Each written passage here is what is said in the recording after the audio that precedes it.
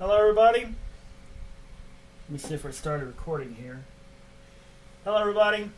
Shoot, hang on.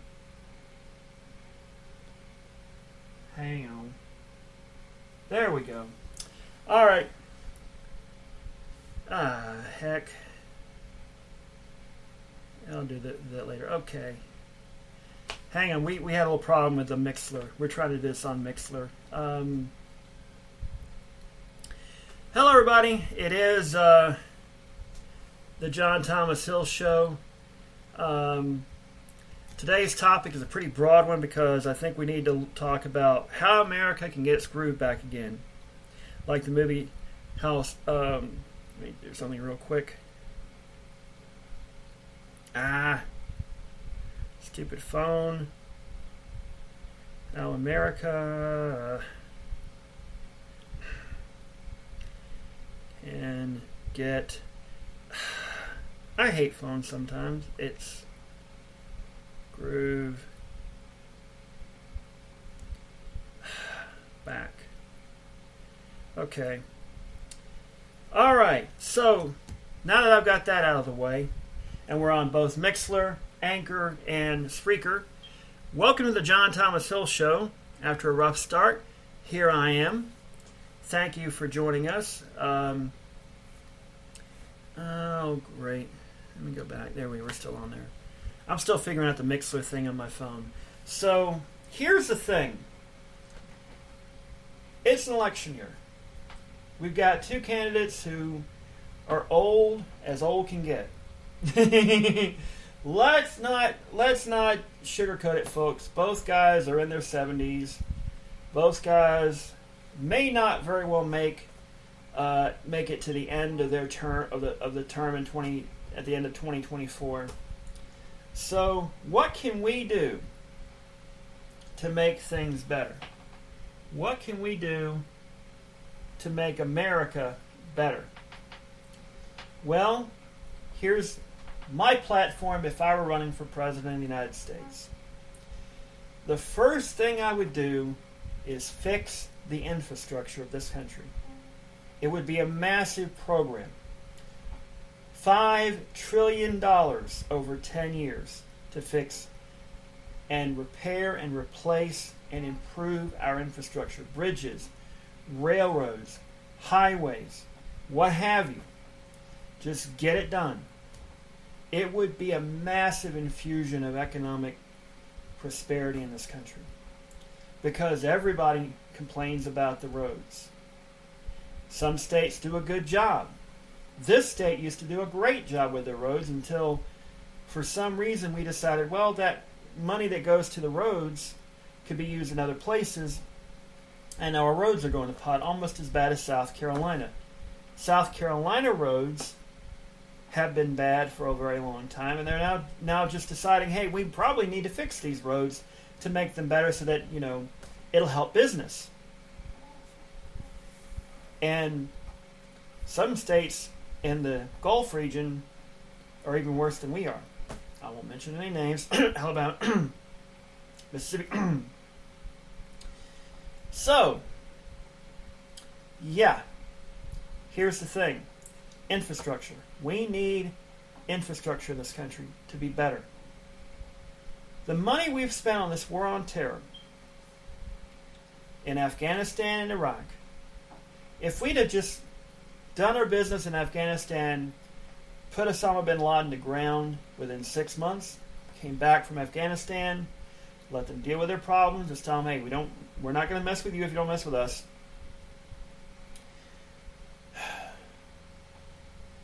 We could have a lot of that money for our infrastructure. Instead, we've wasted it on pointless wars. Oh yeah, but we got rid of Saddam Hussein, and we're better how? Explain to me how we're better. We're not. I don't think it's really improved the Iraqis' lives all that much, if any. Depending on who you ask. Some people's lives are improved, some people's lives are not improved. Depends on who you ask. The infrastructure has to be something we deal with in this country, because we have got to be better than we are right now, ladies and gentlemen. We are terrible right now with our infrastructure. And we have to do, and we've been neglecting it for 40 years. Because we've cut taxes so much, and we cut spending on things we need to really spend on, and kept going with this arms race. And now we don't really have anybody to fight right now. China doesn't really want to fight. They just want to react if we decide to pick a fight with them. They don't really want to battle with us. They've not been in a war in 40 years. The last time they were in war, they fought in Vietnam. And yeah, they got their butts kicked by Vietnam, because they thought they could just mosey in there, and the Vietnamese said, I don't think so. If we could beat the United States, we sure as hell can beat you. And that's what happened. Go look it up. China tried to pick a fight with Vietnam after Vietnam got done with their little civil war that claimed a lot of American lives. Well, Vietnam showed them otherwise. So, after we get done with infrastructure, what next? Education. And all this business about, well, the government shouldn't get involved in education. Yes, it should. We're in a global economy, folks. Whether you like to admit it or not, whether you hate it or not, we are in a global economy. We are competing against people around the world, and our education system is not getting the job done. How do you fix that? First of all, you build better schools. There are a lot of these inner cities whose schools are garbage. Whose buildings are falling apart. They need maintenance seriously badly. Not just in the big cities, but in areas where they have not invested. It's time for the government to step up and get it done. Build new school buildings. Build better school buildings. Pay these teachers what they're supposed to be made. Invest in teachers. Invest in good facilities, and not just in a bunch of bureaucrats who don't do anything. Let the teachers teach, for Christ's sake. Let them teach. Stop this bull crap of standardized tests all to death. Let the teachers teach. Have objectives for the teachers to reach. And let the teachers do their thing. Let the teachers run the thing, for Pete's sake. That's what you need to do, ladies and gentlemen. Let the teachers do their thing. And stop this bull crap about, well,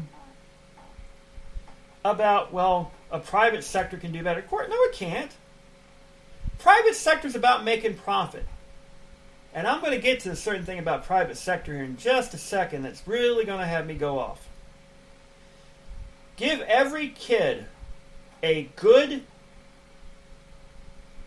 public education that gets them ready for either a job at a high school, or a vocational or trade school, or junior community college, or a college atmosphere.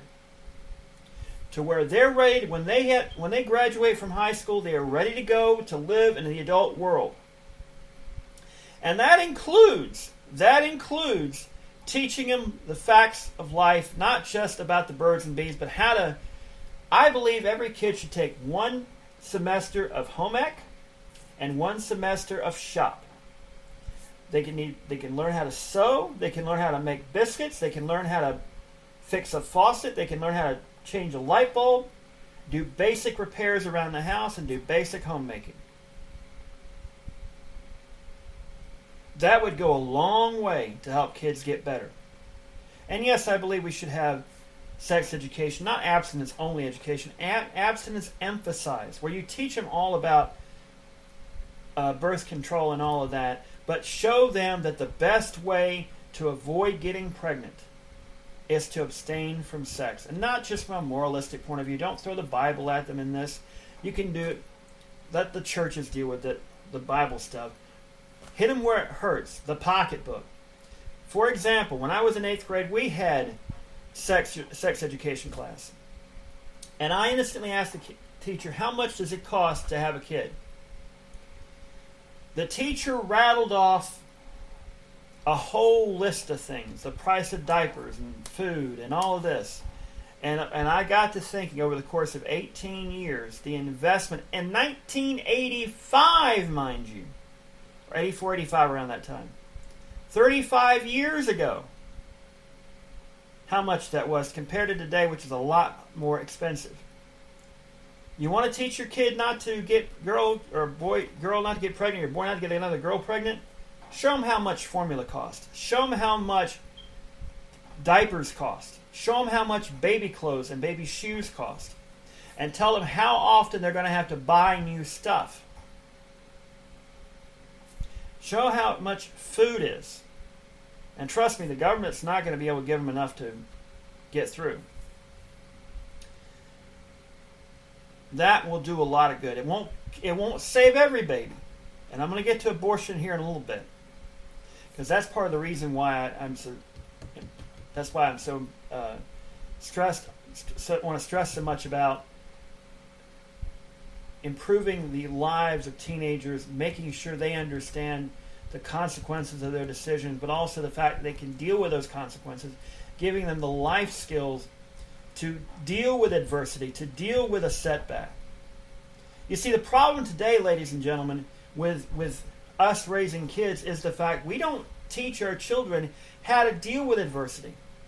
When they lose a game, we don't teach them how to respond to a loss. We either get mad they lost, or we go, "Oh, no, it's no big deal."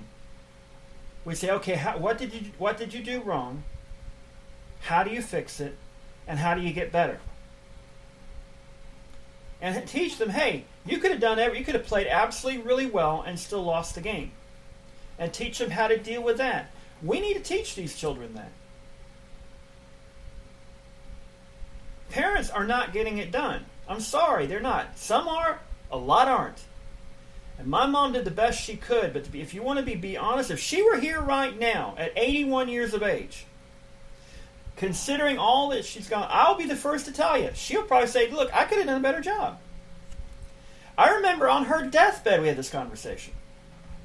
And she was honest with me. She says, "Yeah, I could have done better." She did the absolute best she could, given the circumstances.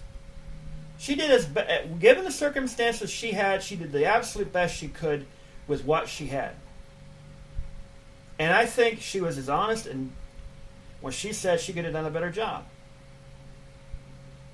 And that's not knocking her.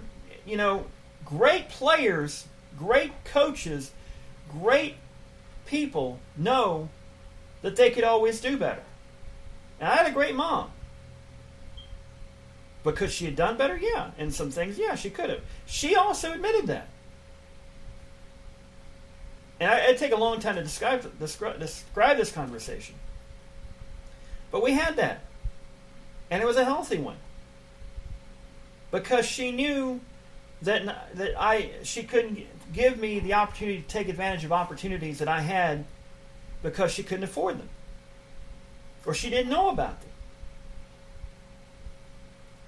And parents try to be too perfect.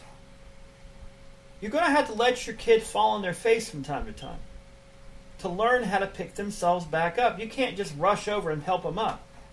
They got to pick themselves up.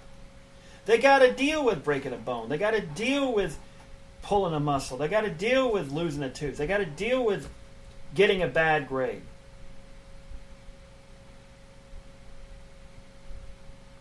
If we can teach our children to be more resilient, to be more well-rounded, to be more introspective and I guess extrospective, whatever you want to call it, basically be able to see the big picture, to see the world beyond themselves, which is a big problem in this world today. We're too self-centered and self-absorbed in this culture. And I'll be the first to admit I've been guilty of that myself from time to time. And I'm getting better at it. There is no such thing as a perfect education. But we have to get our kids ready, not just for a particular field, but for life itself. Because I can guarantee you, there are a lot of kids who think they've got what they want to do for the rest of their lives planned out to a T. Your parents may have planned their kids' life out to a T. As soon as they graduate, they go, "Do I really want to do this? Do I really want to do that? I don't know really what I want to do." We have to teach kids how to deal with all of this and to make good choices. Or if they make a bad choice, how they can deal with it. How they can rebound from a bad mistake. You know, if they don't understand consequences, when they do something really bad, like break into a house and steal something and get caught by the police, they'll understand there are consequences to that. Very bad consequences. Including if the police aren't there in time, the owner and the homeowner is there and has a gun. We need to teach these children how to deal with consequences. Choices, consequences should be taught in schools. Not just, well, don't blame the teacher if little Billy got a D in history. Find out what Billy's not doing right, and maybe Billy just doesn't like history or sucks at history. But he's doing great at other classes. He's great at math, great at English, sucks at history. There are people like that. I was great at history. I was decent at math, was really good at science, sucked in English. But yet I'm a writer. Go figure. Here's the thing. If we have a really good educational system, we don't need the prison system as much. And there is the problem. In a lot of places in this country, we have a for-profit prison system. Whether it's the local county jails or city jails or the state jails or even to the federal government jails. Let me tell you about profit-driven businesses. Note what I said, profit-driven. What is their first objective? To make a profit. Okay? Most businesses, if you're a small business, yeah, you want to provide a great service, but you also have to provide a profit to meet your bills and also to make a living, you know? You want to make a profit in anything you do. But if you're a corporation, that's your main objective. Because you've got shareholders that go, well, all this is well and good, but you brought a dividend in, but I wanted a bigger dividend. And if you don't give me a bigger dividend, I'm going to take my money, sell my stock, and give it to somebody else. This is the problem with for-profit prisons. The power is not in the judicial system anymore, it's in shareholders. Because if you've got a prison that's run for profit, what do you need? Prisoners. What if you've got a criminal justice system that is keeping people from committing crimes? Why do you think there's such a push to not legalize marijuana?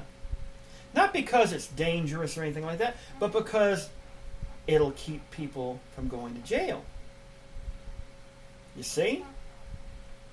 If you have people that don't go to jail, what's the reason we even have a prison to begin with? There you go. If you don't have prisoners in a for-profit prison, they're not going to make a profit.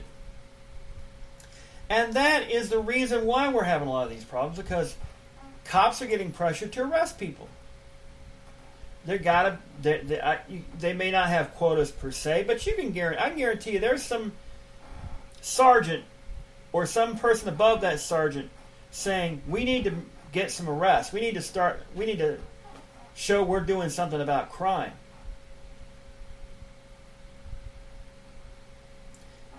And instead of dealing with little petty crimes and citing them and scaring the crap out of them, we're sending people to jail for years that shouldn't even be in jail to begin with. For petty crimes. What does that do? When they get out, they're not going to get a job in a lot of places. There are a lot of corporations and companies that are doing better by hiring people who have gone to jail, either for misdemeanors or felonies. But it's not enough. So if you can't get a job, or nobody's willing to hire you because you have a record, what are you going to do? You're going to flip burgers, or you're going to commit a crime to make ends meet? Think about it. The for-profit prison system is a huge problem in this country. It's a bigger problem than you can ever imagine. Because at the very heart and soul of it, it's to put people in jail. not to keep people from going to jail in the first place, by having a system that it discourages people from committing crimes and keeping on the straight and narrow. If you've got a system in place that encourages people to commit crimes so they can be locked up and go to jail, what is that? What the hell kind of country is that? Not the kind of country I want to live in. Okay, we get to health care. Obamacare is not perfect. There are a lot of issues with Obamacare. And a lot of folks want to get rid of it. But here's the problem. The reason we had Obamacare was we hated the system that came before it, with the pre-existing conditions, with the limitations and all of that. What are you going to replace it with? You hear this topic from Democrats, Medicare for all. The Medicare system does have some fraud with it, but in general, it runs really well. There's every particular system. You think private systems don't have fraud? There's just legalized fraud. Look at, if you go to your hospital, if you go to a hospital and you have to stay there a week, look at your bill. Look at how much they charge you for things that... In 1977, the only time I've ever been admitted to a hospital, when I was 6 years old, was because of chickenpox. To this day, I'm not sure why they admitted me to chickenpox. I don't know if they were worried about something, but to this day, and my mom couldn't even remember years later when I asked her about it. They just did. They said, they admitted me, I think I went in on Sunday, and I left Thursday.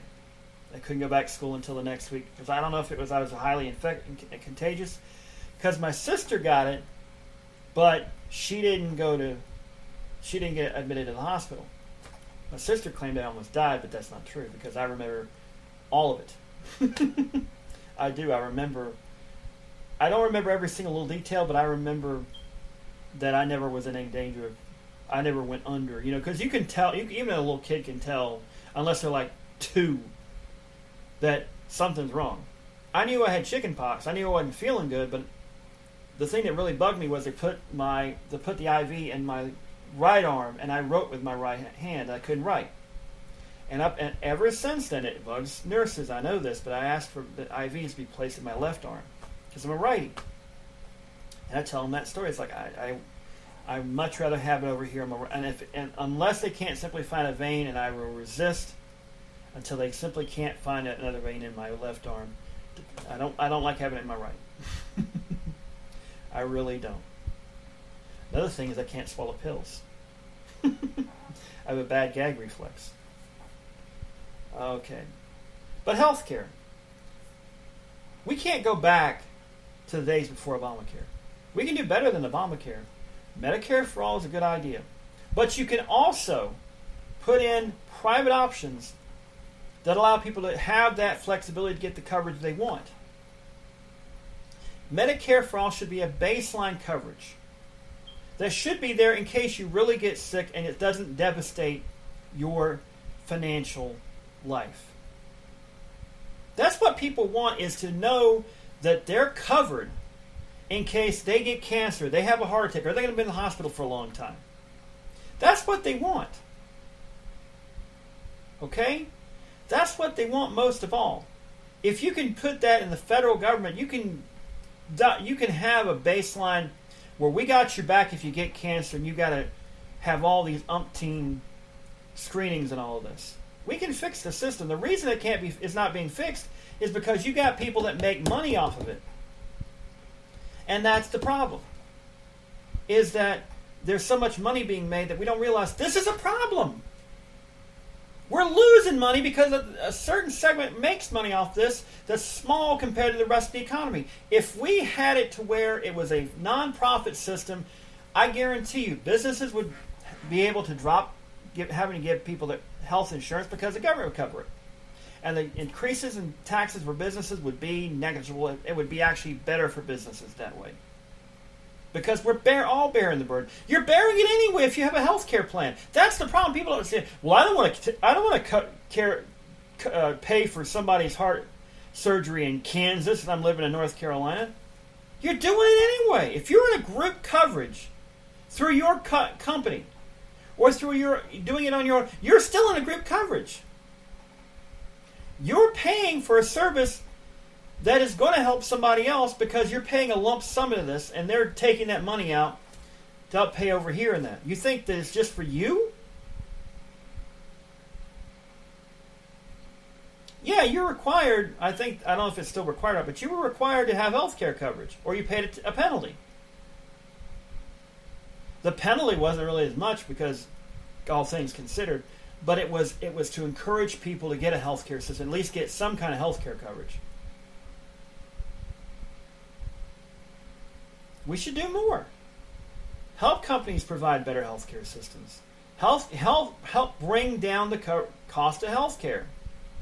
Because this isn't getting it done. It's hurting our economy.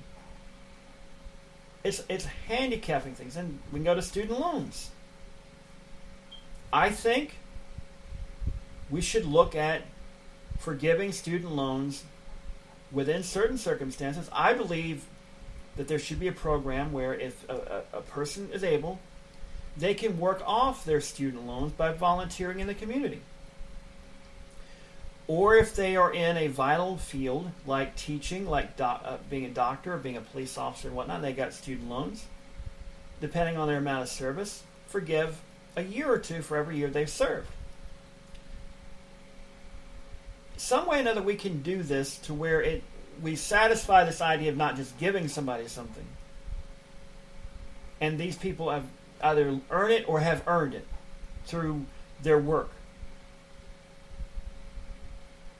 Figure out some way to forgive these student loans, but do it in a way that people aren't just, because I've seen people go, well, I paid my student loans off. Why should somebody get it off for free? Maybe it's because there's something bigger than you. Maybe it's because we have an economic problem where you've got people that should be buying homes that are worried too much more about their student loans and they're not buying homes, and the housing system isn't selling as many homes as it could because they're all paying for student loans. Figure something out. Convert those loans to something else, like a mortgage or something where you're paying, the student loan is paid off essentially by the mortgage, you're paying more on the mortgage for your student loan. Or something like that. Something like that. We got to figure this out, folks. There are a lot of different things. The space program, I firmly believe in it. I think we have wasted 50 years. 50 friggin' years. We went to the moon and then we've not done squat. We had a space shuttle that didn't do anything but put a space station up and put some satellites up. They were supposed to do a whole lot more. We should have been Mars by now. We should be doing mining on the moon and the asteroids by now. We should have a whole space industry right now where people are constantly in space. I'm not talking about 2 or 3. I'm talking about hundreds, maybe thousands, maybe even more than that. Okay? I'm 49 years old. I was a space nut as a kid. I'm still a space nut now, and I still think we screwed up. We screwed up when we did not put our efforts towards putting more emphasis in space. There's a lot of money to be made out there. There's a lot of stuff we could mine on the moon and the asteroids to bring down to Earth. And I could go into infinite detail about that. Oh, we should solve the problems on Earth before we go into space. We've been trying to solve problems on Earth for 6,000 years or whatever, how many 10,000, how many thousand years humans have been around. Maybe, just maybe, we should give space a chance. Maybe, just maybe, if we had people go live on the moon or Mars, maybe that would actually help solve problems here on Earth, because we'd realize, you know what? There might be a big asteroid with our name on it, comes down and squashes all life on Earth. But at least people would be surviving. Okay? There are a lot of different things. Foreign policy-wise, we should be tougher on China. Yeah, I know. But we should not be so tough that they're alienated. It's a very fickle thing. Okay? Yeah, I believe Taiwan should be an independent country, because it essentially is right now. It's just the rest of the world, including us, will not officially recognize Taiwan as an independent country because we don't want to piss off China. Because China's got such a huge, gigantic economic market. And they know it, and they know how to use it. Because their government is all about making China number one.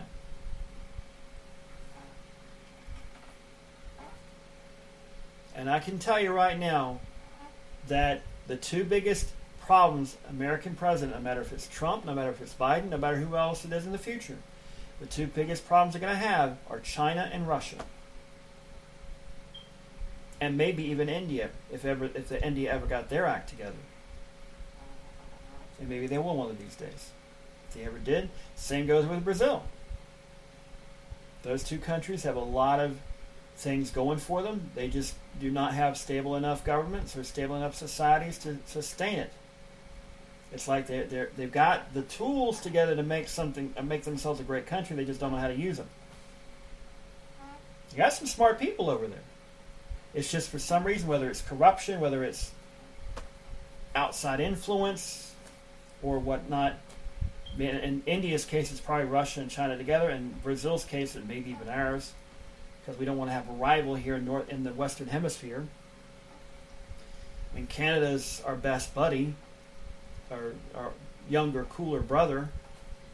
Mexico is constantly a mess. If Mexico ever got their act together, they could rival us. They got the resources. They just have been so corrupt for so long, and people keep accepting it. We need term limits. We have corruption in this country. We have the most corrupt president in our country. And his supporters will ignore that, but it is blatantly obvious he's corrupt. Now, I'm not saying Democrats aren't corrupt themselves. Trust me. Do you think for one second I thought Hillary Clinton was going to be clean as a whistle if she got the presidency? Hell no. She probably would have had her fair share of scandals too. It's just this guy makes Hillary look like an angel. I'm sorry. When all is said and done, when he's dead and buried, and when he's long gone, and historians are writing, they're going to find stuff that we didn't know, we should have known about, but we don't know about, or either he's hidden it or we've ignored it. Okay? If you vote for Donald Trump this year, you're an idiot. I'm sorry. I gotta call it like it is. If you vote for him, with everything he's done wrong, everything he has, all the corruption, it's blatantly corrupt. He's blatantly nepotistic. I mean, you know, I'm sorry. What does Ivanka Trump do for the government again? What's her official title? What's the official title of Donald Trump Jr. and Eric Trump and all this? I'm sorry. They're making money off the government, and they shouldn't. They're not supposed to because it's illegal. Okay? It's illegal. We put those laws in there for a reason. But now because it's Donald Trump being in there, we got to get rid of him. No, we don't. We shouldn't. There's a reason we have those laws in there. To protect the people of this country from corruption. And he is corrupt. And we have wasted 4 years on this jerk. All he's done is a big tax cut, and you don't even feel it. Okay? Did you not get as good of a tax refund as before? Guess what? You can blame him. I took $20 more out each check because I knew it was coming. My refund this year was just a little bit more than last year, and that was taking $20 extra every week out of my paycheck.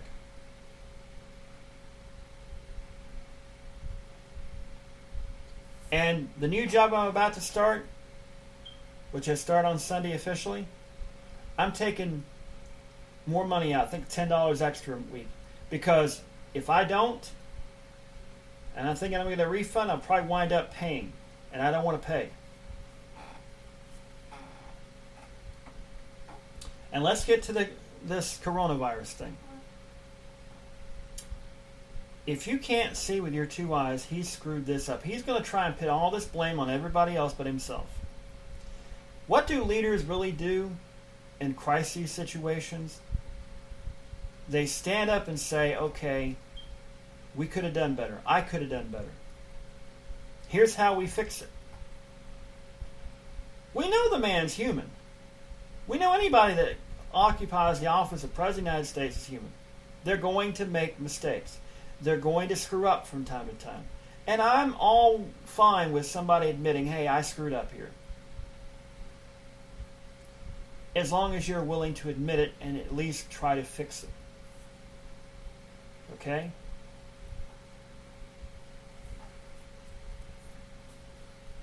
What do we have in the White House? Somebody who is blatantly obviously that he screwed this up. He doesn't want to get, it's an election year, he doesn't get blamed for it. He's going to get blamed for it. You're President of the United States, you're going to get blamed for it. But guess what? He is going to do everything in his power to avoid getting blamed. And he looks even more guilty by doing that. So, ladies and gentlemen, boys and girls, children of all ages, you have a choice to make in this election. Do you want to keep a president in there that isn't really doing anything but lining his own pockets and the pockets of the rich, not really doing anything on illegal immigration? He keeps talking about this wall, but there's not been a whole lot of progress toward that because, as far as I'm concerned, that's all he... It's a monument to his vanity to build this damn thing. Walls can be dug under. They have dug under the border. Okay, dug long tunnels underneath the border. Deep tunnels. They know what the hell they're doing, folks. If you're desperate enough, and by the way, most of the illegal immigrants who come here fly here. What are you going to do? Build a wall to keep airplanes out from Mexico? And not every person that comes into this country illegally is from Mexico or even the Central and South America.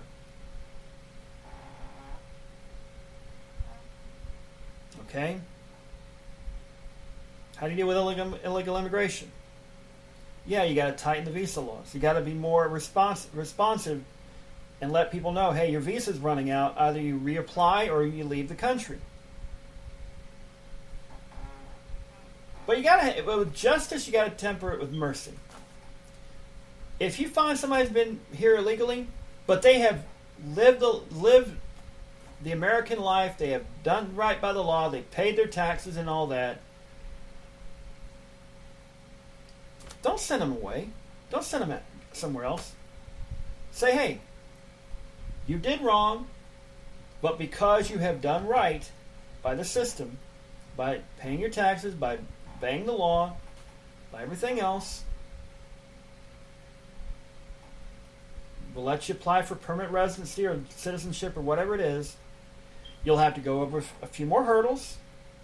You may have to take an extra test or two. You may have to learn English or prove you can at least somewhat understand English.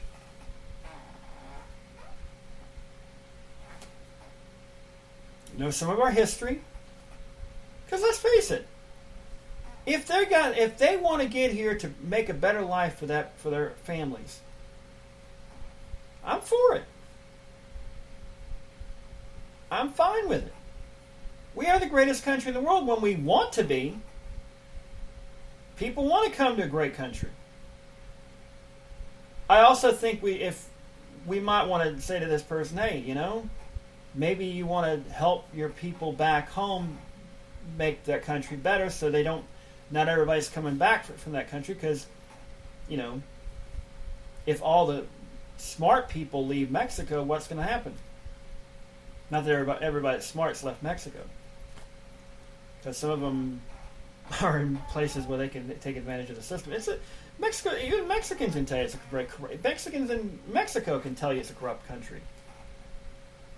It's like they don't. It's not that they don't care. It's just that they don't know how to get rid of the corruption. It's so entrenched. It's like trying to cure cancer. How do you do it? There's all different kinds of cancer. There's all different kind of corruption in Mexico. It is so deep in that country, and there's no easy way to get rid of it. Same here. We got areas in our country that are corrupt, and this brings me to the police. We need reform in the police departments. There's a reason for that. All these protests, all this pulling down statues and all this, there's a reason this has been happening. This has been bottling up for centuries. Not just for years, not just for decades, for centuries. We have oppressed African American, black people, whatever you want to call them, for 400 years.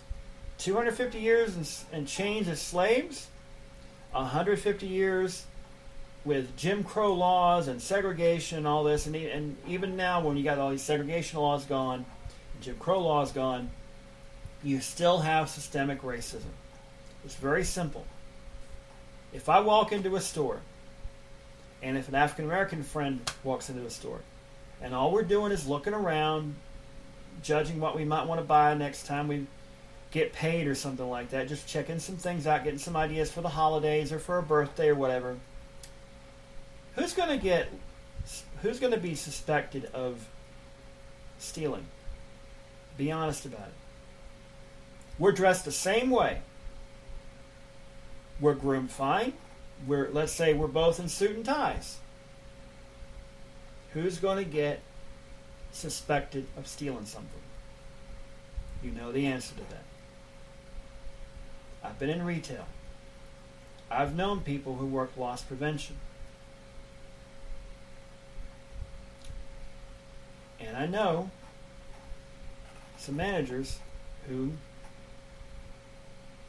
will look at an African American person that may not be impeccably dressed, and they'll go, I think I got to keep an eye on this person.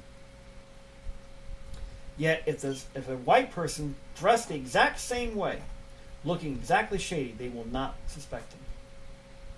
And you want to know something? More often than not, white people steal than black people. And not just based on numbers, it's because I've seen it. I guarantee you, if you looked at the numbers, more white people per ratio steal than black people. But because of our racist system, we have been either consciously or subconsciously brought up to believe that black people steal and whites don't. Black people commit crimes, whites don't. But if you look at the statistics, white people are as much likely to commit a crime as a black person.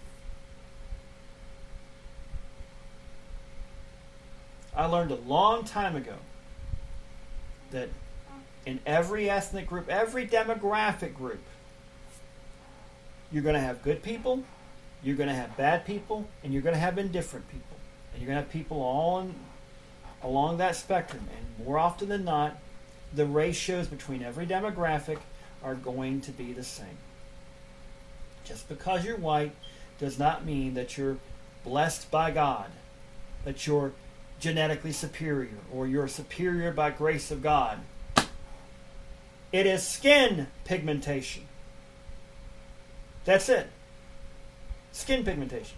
That's the only difference between an African American person and a white person. That is it. Yeah, there's some cultural differences, but those cultural differences are, there are English people who hate Italians, who think Italians are corrupt, who think the French smell.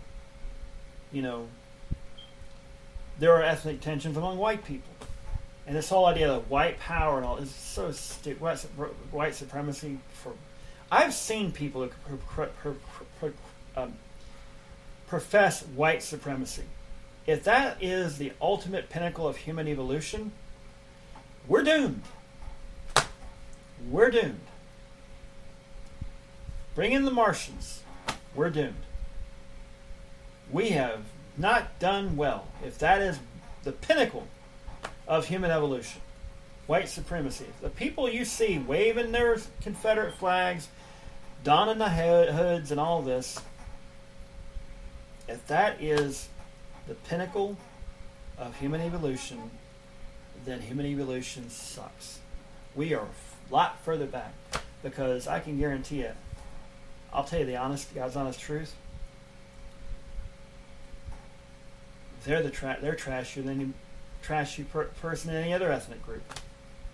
because they deceive themselves into thinking and there are black people who think they're superior to white people.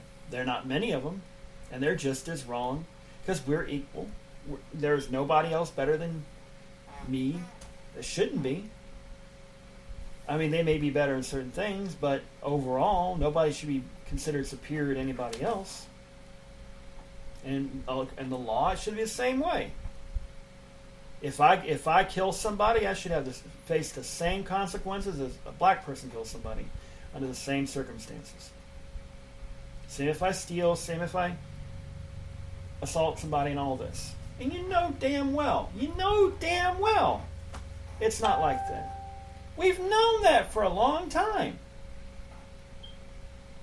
There are people who like it that way, who want to keep that system because it benefits them. Or they think it benefits them. If you look back at history, right after the Civil War, there was a brief moment where poor blacks and poor whites were communicating, talking, getting together, and thinking, hey, we can come up with an alliance, a political alliance, and help ourselves out. They didn't want to get rid of the rich people. They just wanted to have a better life for themselves, their black neighbors, and all this. The rich white people saw this. You can go back down in history. Do you know what happened? The rich white elite went to the pastors in the churches, put extra in the tithe bucket, and said, you tell these poor white trash, which is what they looked at them. I'm sorry, if you're a middle class or a lower class white person, that's what the rich elite looks at you like. That you are white trash. I don't care if you have raised great kids or devout and love everybody and you're a model citizen. If you ain't making a certain amount of money, or you hadn't had that money for a long time, and you've not been rich for a long time, you're white trash to them. The reason they perpetuate that is because they want to keep poor whites and poor blacks and poor minorities separate. Because it's not because of socialism, it's because of politics. Because if poor whites and poor blacks got together and realized they have political power to make change, the rich white elites wouldn't be quite as rich. The rich white elites would lose that power. They wouldn't be out of money. That's not the point. It's about power. It's as obvious. It's not a conspiracy theory, folks. It's plain as the nose on your face if you look at it. Look at the robber baron era. The only time we didn't really have this was when FDR had his New Deal, and World War II came along. But from 1932 when he took off, 33 when he took office, until 1980, we had progressive, where we had a middle class. We had poor people, at least. And yeah, we had issues. The 70s had plenty of issues, a lot of economic issues. Ronald Reagan comes along and says, we'll just cut taxes. Give the money to the rich, they'll invest, everything will be fine. The problem was they didn't. Oh, they invested all right. They invested in a lot of stuff overseas, tax shelters, and all this to avoid paying taxes. That's the problem. The bulk of the tax burden went from the rich and the major corporations to you and me. That's what happened, folks. And it should never have gone that way. We need to reverse this, to put the burden more on the big corporations, the big profit margins, and the rich elite that can afford to pay more taxes, so they don't have to freak out whenever they go see a black person in a convenience store or something like that, thinking, oh, they're going to rob me, because it'll happen, because, But guess what? It's been that way. There's a reason why special interests are in both parties. It's the reason why the two-party system sucks in this country, because we're played off against each other. The rich get richer, the poor get poorer. And the middle class is suffering because they figured out through Reaganomics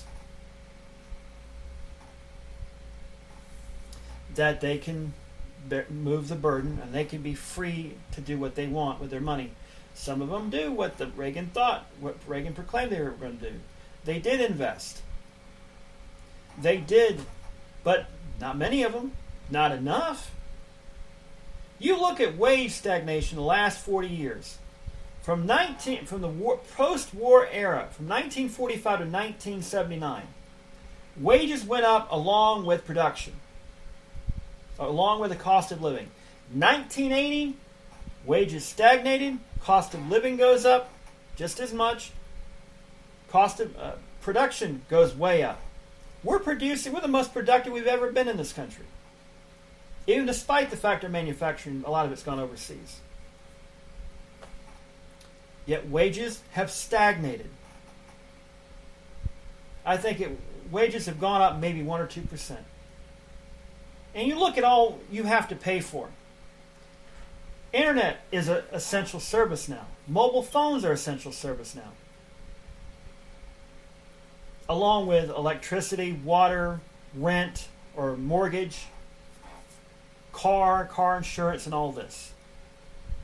You're paying more just to live now than ever before.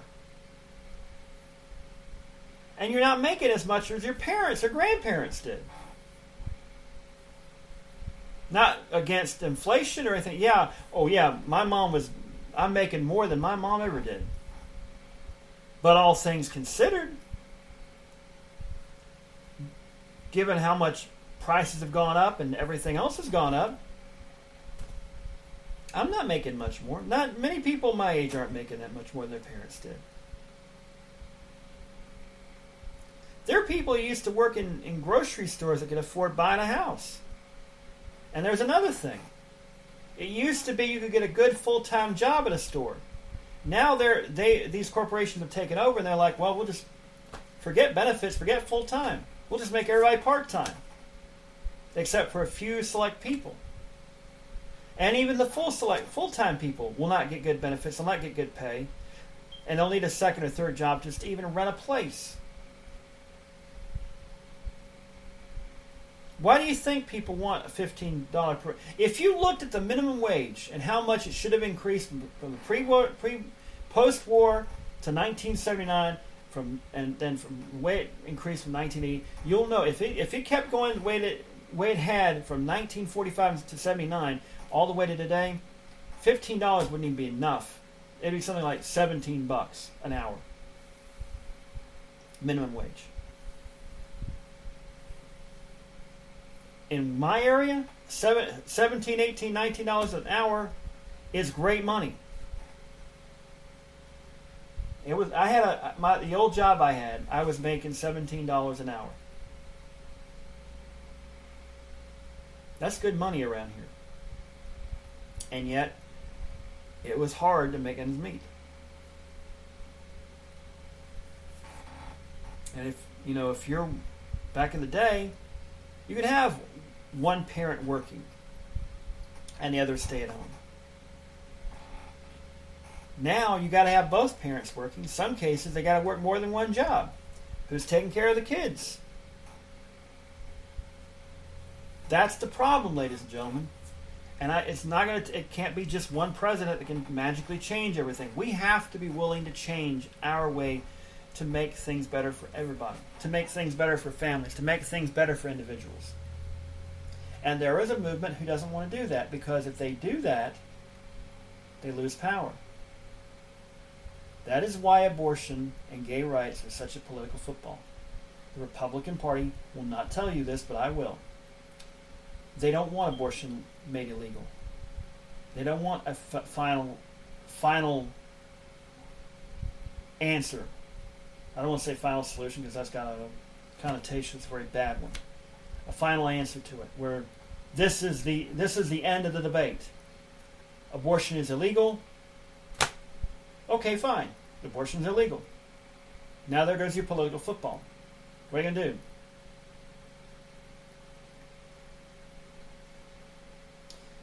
Gay rights.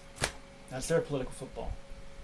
That gets the evangelicals whipped up. Oh my God, how dare we allow gay people to have the same rights as straight people? They make up every cockamamie excuse to say, well, gay people shouldn't adopt straight children because they'll turn them gay. Another bull crap. It's division. Why do you think the Republicans are always against expanding voter rights and have to gerrymander districts and such? Not that the Democrats haven't gerrymandered their districts. Not that some Democrats in the past haven't done some shenanigans. I don't agree with that either. Term limits. Campaign finance amendment to the Constitution to where everybody's limited to how much they get. We get big money out of politics. Shorten the political season to where it's only the fall of the election year. That's it. The rest of the time, we don't have to worry about it. We don't have to hear for 4 damn years who's going to run for president.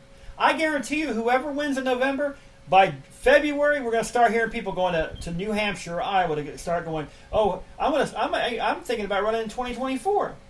That's going to happen, folks. It's been happening. It's stupid. Now, I'm about to run out of time here on Anchor, so I'm going to wrap it up. But I'm tired of it. And I'm sick of it. We deserve better, ladies and gentlemen. The two-party system sucks. We should change that. We were warned about political parties by Thomas Jefferson. I know he was a slave owner and all that, and there's a lot of things I could go into. Not all of our leaders are perfect. Some of them, though, had good ideas. Some of them, like Andrew Jackson, should have their monuments yanked down because they were not just racist. They wanted to inflict pain and suffering upon Native Americans. I almost said Indians. They're not Indians, they're Native Americans. I am one of them because I'm part Cherokee. And part of my family, part of my ancestry, was marched from western North Carolina to Oklahoma. Some of them didn't make it. The Trail of Tears. Look it up. Well, I want to thank you for joining me in this because I have gotten this off my chest. I thank you for joining us. Another time I will probably go on another rant like this. I have wanted to get this out of my spleen for a while. As I like to say, I like to vent my spleen. So I'm glad you have been able to join me here today. Thank you so very much for joining me on this journey. I hope you've enjoyed it. I know you probably didn't agree with everything I said. That's fine. I never said I had all the answers. I just wanted to ask some questions and propose some ideas. So thank you so very much for joining me. Have a great day. Good night, good luck, and may the good news be yours.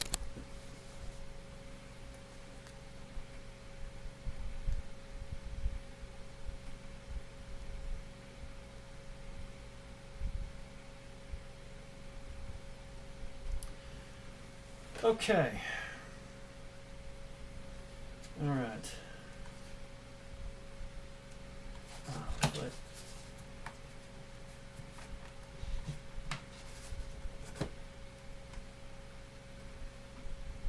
all right. What did I call that?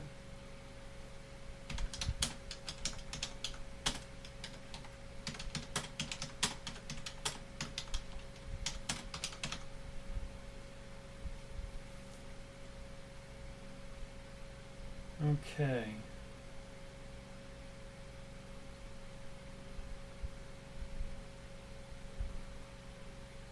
Oh, FUD. Sorry, folks. I thought I'd stopped it. I forget. I'm using my laptop. It's not a touch screen. My bad.